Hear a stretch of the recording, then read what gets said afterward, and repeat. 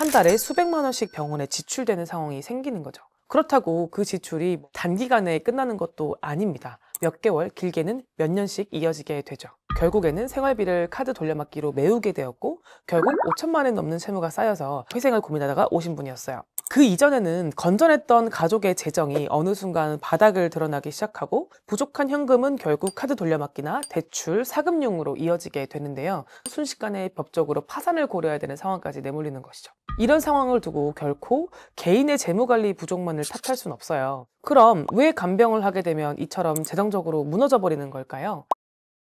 안녕하세요. 회생파산연구소 이상은 변호사입니다. 오늘은 제가 상담을 하다 보면 자주 만나게 되는, 그리고 한 번도 가볍게 지나칠 수 없었던 특별한 부류의 사례를 한번 얘기해 보려고 하는데요. 바로 가족을 간병하다가 파산 위기에 놓인 사람들입니다. 병원에서 누군가를 간병하는 분들을 보면 전문 간병인들도 있지만 보통 환자의 가족인 경우들이 많잖아요. 남편이나 아내 또는 자녀, 그리고 부모님, 형제, 자매 등 관계는 다양하지만 한 가지 공통점이 있습니다. 그들이 원래는 자기 인생을 살고 있었지만 사랑하는 누군가를 간병하게 되면서부터 소득이 불규칙하거나 끊기거나 어느 순간 삶의 기반이 무너졌다는 거죠. 저희 사무실을 찾아오신 어떤 여성분은요, 3년간 치매 어머니를 간병하느라 직장을 그만두고 병원에 상주하셨는데요. 처음에는 퇴직금으로 버티다가 결국에는 생활비를 카드 돌려막기로 메우게 되었고 결국 5천만 원 넘는 채무가 쌓여서 회생을 고민하다가 오신 분이었어요. 또 다른 분은요, 암투병 중인 남편을 돌보던 가장이었는데요. 병원비와 생활비를 모두 혼자 책임지려다 보니까 대출에 대출을 얹고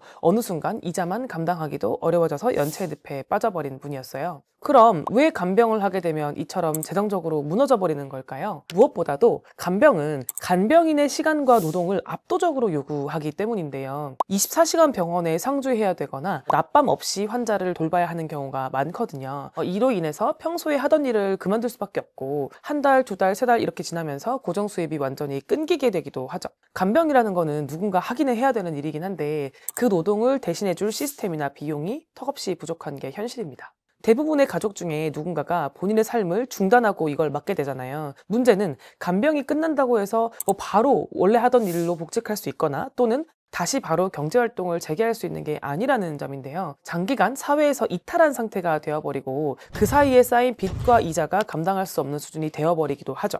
여기에 더해서 간병비, 교통비, 병원 주차비, 식사비 이런 작고 반복적인 지출들이 계속 쌓이고 쌓이면서 생활이 점점 무너지기까지 사실 오래 걸리지 않습니다. 많은 분들이 또 오해하는 것 중에 하나가 간병 때문에 일을 그만두고 소득이 끊기기 때문에 파산하는 거라고 생각을 하는 경우들이 많은데요. 즉 수입이 줄어드는 것 때문에 이게 주요 원인이다라고 생각하시는 분들이 많은데요. 이것도 물론 맞는 말인데 저는 상담을 하면서 의뢰인들 통장 내역이나 재산 내역을 다 들여다보잖아요. 그러다 보면은 더 뼈아픈 이유가 있어요. 간병은 수입이 끊기는 거와 동시에 그동안 모아뒀던 돈까지 순식간에 소진시키는 과정이기도 하다는 점이에요. 오랜 시간 일해서 차곡차곡 모아둔 적금이나 아이들 학자금으로 따로 모아둔 예금이라든지 또는 은퇴 후를 대비해서 마련한 연금저축이나 퇴직금까지 이 모든 것이 간병이 시작되면 아주 빠르게 병원비로 사라집니다. 입원비, 간병비, 검사비, 약값, 통원교통비, 병원비, 병원 식사비, 게다가 의료기기나 보조용품 구입비까지 더해지면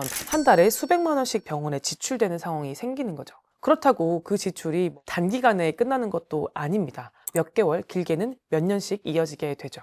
그 이전에는 건전했던 가족의 재정이 어느 순간 바닥을 드러나기 시작하고 부족한 현금은 결국 카드 돌려막기나 대출, 사금융으로 이어지게 되는데요. 처음에는 간병이 끝나면 다시 일하면 되겠지라는 희망이 있는데 실제로는 이미 감당할 수 없는 수준으로 커져 있는 경우가 대부분이에요. 가족 중에 아픈 사람이 생기면 넉넉했던 가정이 무너지고 순식간에 법적으로 파산을 고려해야 되는 상황까지 내몰리는 것이죠. 이런 상황을 두고 결코 개인의 재무관리 부족만을 탓할 수는 없어요. 한 명의 환자가 아프게 되면 그 한 명만 무너지는 게 아니라 그 가족 전체의 재정이 무너지게 되는 구조인 거거든요. 지금 한국 사회가 그 구조를 전적으로 가족한테 떠넘기는 현실이 되어 있잖아요. 그래서 저는 오늘 이 영상을 통해서 간병이라는 현실 앞에서 우리가 재정적으로 얼마나 취약한지, 그리고 그 위기는 생각보다 훨씬 더 빨리, 더 깊게 찾아온다는 것을 말씀드리고 싶었어요. 간병이 예고 없이 시작이 되고 그 순간 우리는 누군가를 돌보기 위해서 내 삶의 멈춤 버튼을 누르게 된다는 거죠. 간병은 삶의 많은 것들을 멈추게 하는데요. 직장을 멈추게 하고, 수입을 멈추게 하고, 나의 앞으로 장기의 계획을 멈추게 하고, 그런데도 많은 분들이 간병은 뭐 언젠가 누군가 가족들이 아프게 되면 올 수도 있는 일, 부모님이 나중에 연로하시면 생길 수 있는 일 정도로 생각하시다가 막상 그 순간이 오면 너무 급하게, 너무 무방비로 이 상황을 맞닥뜨리게 되는데요. 그래서 제가 강조드리고 싶은 건 뭐냐면요. 간병은 단순히 그 병만의 문제가 아니라 곧 경제의 문제이기도 하다는 것, 그리고 그걸 미리 준비하지 않으면 누구든 가족이 전체에 위기에 처할 수 있다는 것입니다. 지금 아직 조금이라도 여유가 있을 때 가족 중 누군가가 장기간 간병이 필요해질 수 있다는 그 가능성을 가정해보고 그때를 대비한 재정 시뮬레이션을 꼭 해보셔야 된다고 저는 말씀드리고 싶은데요. 예상치 못한 입원비, 간병비, 장기 요양 비용 이런 것들은요. 하루아침에 우리의 자산을 바닥내버리고 생활비까지 위협하게 만들 수 있거든요. 그러니까 지금 가능한 건 뭐가 있을지 한번 점검을 해보세요.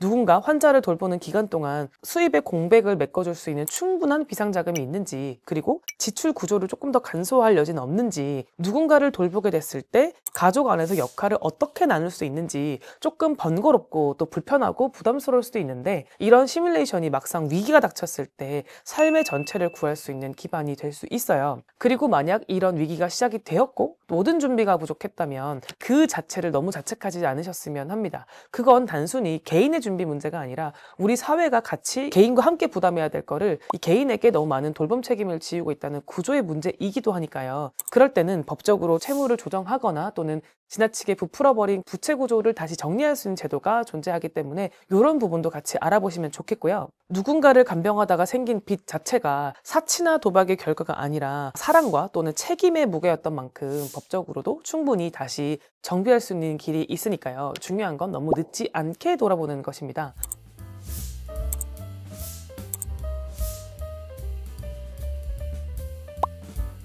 미리 대비하던, 이미 위기라면 누군가의 도움을 받던, 간병이 누군가를 살리는 일이기도 하면서 동시에 내 삶까지 잃게 만드는 일이 되지 않도록 우리에겐 조금 더 현명한 준비와 때로는 구조적인 준비가 필요합니다.